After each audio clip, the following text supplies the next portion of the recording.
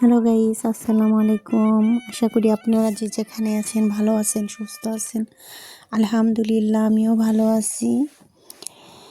আর আমার ভিডিওটা যদি আপনাদের ভালো লাগে অবশ্যই লাইক, কমেন্ট, সাবস্ক্রাইব করবেন। আজকে দুপুরে থেকে রান্নাটা শুরু করলাম।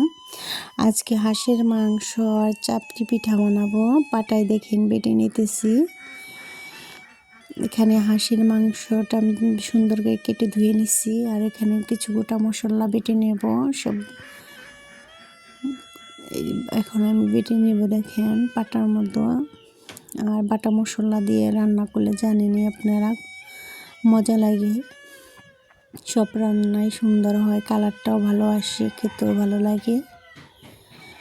এখানে আমি দেখেন আমার পেঁয়াজটা যখন বাদামি কালার হয়েছে তখন আমি পানি দিয়ে দিচ্ছি। এখন আমি এখানে মশলা কষানোর জন্য সবগুলো মশলা দিয়ে দিব। এখানে আদা বাটা, রসুন বাটা, জিরে বাটাটা আমি দিয়ে দিলাম। আর আমার ভিডিওটা যদি আপনাদের ভালো লাগে অবশ্যই লাইক, কমেন্ট, সাবস্ক্রাইব করবেন। এখানে মরিচের গুঁড়োটা দিয়ে দিলাম, যে যেমন ঝাল খাবেন ওই রকমই দিবেন। এখানে ধনিয়ার গুঁড়োটাও দিয়ে দিলাম, হলুদের গুঁড়ো দিলাম, স্বাদ মতো লবণ দিয়ে দিলাম। সুন্দর করে একটু কষিয়ে তেল এনে আর যেখানে যে আমি গোটা মশলা বেটে নিচ্ছি ওগুলো দিয়ে দেব। দিয়ে ভালো করে কষিয়ে দেখেন কত সুন্দর একটা কালার এসেছে। তরকারি কালারটা দেখতে যত সুন্দর হয় খেতেও কিন্তু ভালো লাগে। এখন আমি মাংসটা দিয়ে দেব।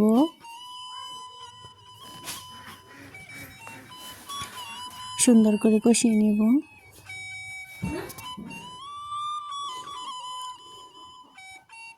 আমার মাংসটা দেখেন কষানো হচ্ছে।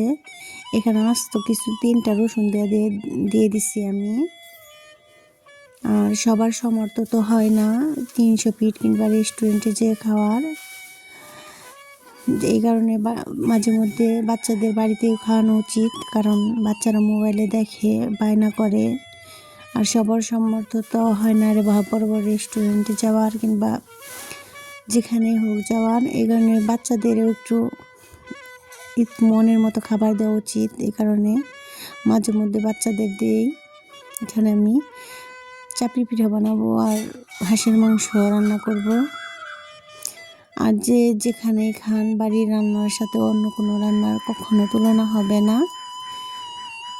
বাহিরের রান্নার সাথে যতই সৌন্দর্য দেখা যাক কিন্তু বাড়ির রান্না স্বাদ আলাদা। দেখেন এখানে রান্নাটা করে নিচ্ছি আমি। হাঁসের মাংসটা কত সুন্দর একটা কালার এসেছে। এখানে তাওয়াটা বসিয়ে দিলাম, আমি চাপড়ি পিঠা বানাবো। দিয়ে দিলাম, দেখেন কত সুন্দর করে নিতেছি। এই পিঠাটা বানাতে কোনো তেল লাগে না।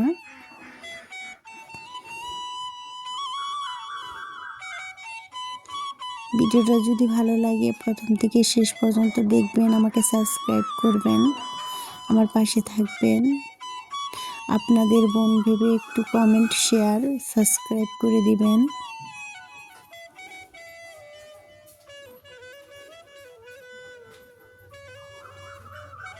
পিঠাটা কত সুন্দর হয়েছে দেখেন।